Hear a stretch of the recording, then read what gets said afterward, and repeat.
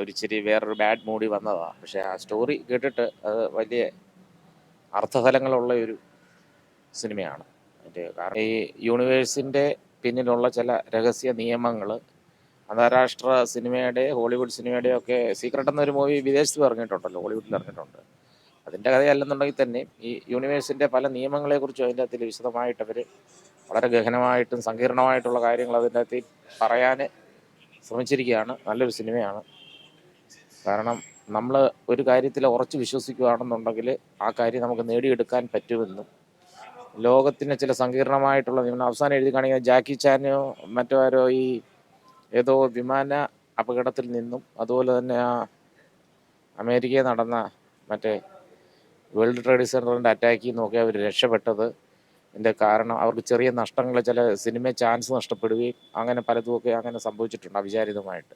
അപ്പോൾ അങ്ങനെയുള്ള കാര്യങ്ങൾ നമ്മുടെ ജീവിതത്തിൽ ചില ദുഃഖകരമായ കാര്യങ്ങൾ സംഭവിക്കുന്നത് പലപ്പോഴും നമുക്ക് ഒരുപക്ഷെ നമ്മളെ എന്തെങ്കിലും ഒരു വലിയ അപകടത്തിൽ നിന്ന് രക്ഷപ്പെടുത്താനാണെന്നുള്ള രീതിയിലാണ് അവരത് പറഞ്ഞു വെച്ചിരിക്കുന്നത്. നമ്മൾ അതിൽ വിശ്വസിച്ച് കഴിഞ്ഞാൽ പ്രപഞ്ചത്തിൻ്റെ നിഗൂഢ നിയമങ്ങൾ പലപ്പോഴും നമുക്ക് ദുഃഖകരമായിട്ടുള്ള ഇതാണ് ഉളവാക്കുന്നതെങ്കിലും പിൽക്കാലത്ത് അത് നമുക്ക് വളരെ സന്തോഷകരമായ ചില കാര്യങ്ങളിലേക്കും കൊണ്ടെത്തിക്കും. നമ്മുടെ ജീവൻ തന്നെ രക്ഷപ്പെടുന്ന ചില അപകടങ്ങളിൽ നിന്നൊക്കെ രക്ഷിക്കാൻ ഏതോ ഒരു അദൃശ്യ ശക്തി പ്രവർത്തിക്കുന്നുണ്ടെന്നുള്ള രീതിയിലാണ് അവർ പറഞ്ഞിരിക്കുന്നത്. നല്ല സമയമാണ്.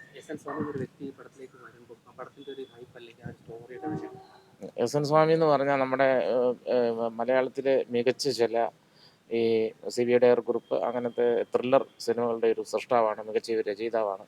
അദ്ദേഹം വരുമ്പോൾ പെട്ടെന്ന് സിനിമയിൽ ഒരു വലിയൊരു മാറ്റം വരുന്നുണ്ട്. രഞ്ജിത്തിൻ്റെയും വിനീത് ശ്രീനിവാസിൻ്റെയും പ്രകടനം എടുത്തു പറയത്തക്കതാണ്. നല്ല സിനിമ. ധ്യാന വിനീതല്ല, ധ്യാന, എനിക്ക് ആ പേര് തെറ്റിയത്. ധ്യാൻ സിനിമ കൊള്ളാമല്ലോ.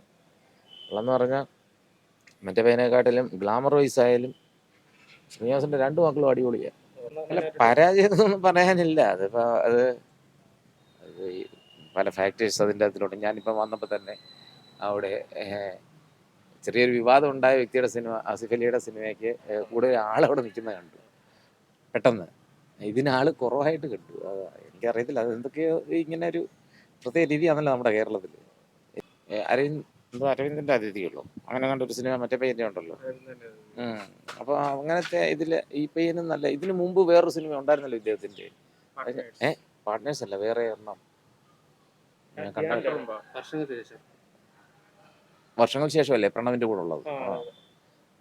അത്രയും പറ്റിയിട്ടില്ല എന്നുണ്ടെങ്കിലും ഇത് ഞാൻ അത്ര ഒരു ഡീപ്പായിട്ട് ഇൻവോൾവ് ആയിട്ടിരിക്കലായിരുന്നു. വേറെ വ്യക്തിപരമായ ചിലൊരു വിഷമത്തിൽ ഇരിക്കുക. അവർ പിന്നെ ഈ രഞ്ജിത്ത് എന്ന് പറയുന്നത് അങ്ങനെ എനിക്ക് വലിയ ഇഷ്ടമാണ്.